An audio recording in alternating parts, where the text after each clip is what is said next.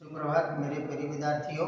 आज मैं अनंत सिंह हिंदी शिक्षक हिंदी व्याकरण में आप लोगों को अर्थात कक्षा 6 से 9 तक का विषय संधि पाठ का नाम है संधि पढ़ाने जा रहा हूँ, जो 6 क्लास के लिए 7, 8 और 9 क्लास के लिए इम्पोर्टेंस है। ये इस क्लास के विद्यार्थी ध्यान से देखेंगे। संधि, जिसके बारे में पहले से भी आप लोगों को थोड़ा बहुत जानकारी है, लेकिन यहाँ पर विस्तार से जानेंगे हम लोग। संधि किसे कहते हैं? संधि शब्द का अर्थ है जोड़ या मिलान। तो परिभाषा में इसको कहेंगे कि जब दो शब्द आपस में मिलते हैं और उनके ध्वनियों में परिवर्तन होता है तो उसे संधि कहते हैं। अलग अलग हिंदी व्याकरण की बुक्स में इनके परिभाषा मिलते हैं। कहीं कहीं मिलेगा कि दो शब्दों के आपस में मिलने से जो विकार उत्पन्न होता है उसे संधि कहते हैं। चलिए, संधि विच्छेद। विच्छेद क्या है? विच्छेद का अर्थ होता है अलग करना। तो संधि विच्छेद की परिभाषा होगी कि संधि युक्त वर्णों के अलग अलग करके फिर से शब्दों को पहली स्थिति में लाना ही संधि विच्छेद कहलाता है। यानी कि जो शब्द हैं उनको अलग अलग करके फिर जोड़ते हैं तभी वो संधि आता है। और विच्छेद यानी अलग अलग करना। जैसे विद्यालय, विद्या धन आलय, यहाँ पर विच्छेद किया गया है और दोनों को जोड़ करके यहाँ विद्यालय किया गया है। तो ये है संधि और विच्छेद, यहाँ है संधि विच्छेद हुआ। तो इस प्रकार से संधि के 3 भेद बताए गए हैं: स्वर संधि, व्यंजन संधि और विसर्ग संधि। तो सबसे पहले हम लोग स्वर संधि के बारे में समझेंगे। स्वर संधि की परिभाषा क्या है?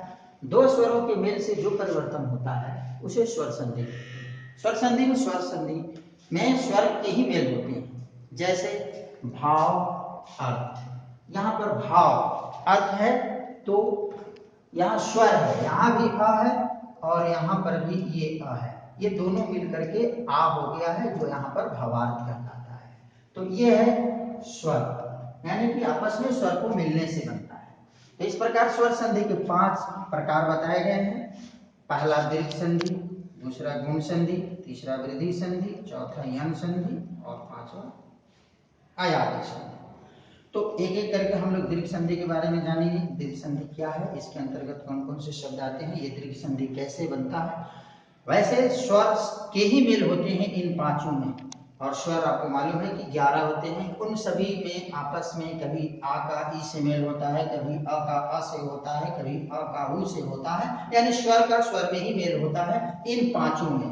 तो दीर्घ में क्या होता है? जैसे अ और आ मिलकर आ होता है। इसके आधार पर जैसे मत अनुसार, यहाँ अ है तो यहाँ का अ और ये आ दोनों मिलकर के आ हो जाता है, अर्थात मतानुसार यहाँ आ होता है। इसी प्रकार दीर्घ ई और दीर्घ ई, ये दोनों मिलकर के भी दीर्घ ई होता है। जैसे नदी, यहाँ पर दीर्घ ई है और यहाँ पर दीर्घ ई है, दोनों मिलकर नदी धन ईस नदीस ये होता है। इसी तरह से हम लोग गुण संधि के बारे में जानेंगे। यहाँ पर भी अ और हर्षिकार मिलकर ए होता है।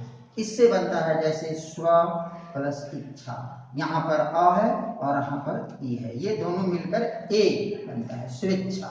इसी तरह आ धन ई दीर्घ ई है, ये मिलकर के भी ए होता है। जैसे लंकेश, लंका धन ईश लंकेश, इससे भी ए ही बनता है।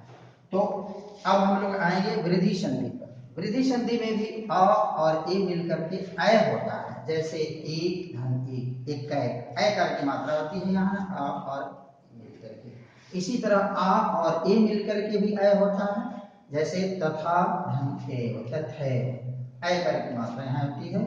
यहाँ पर भी आ और ए मिला हुआ है, आ और ए। चौथा नंबर है यन संधि।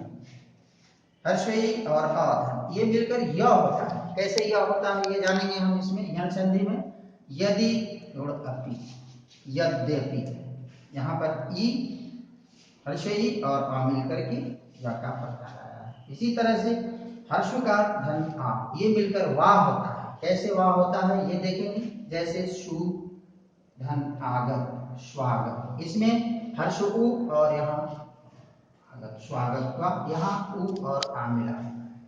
इसी तरह 5वां नंबर है अयादी संधि। तो अयादी संधि के बारे में हम देखते हैं कि ए धन अ मिलकर के अय होता है। कैसे अय होता है?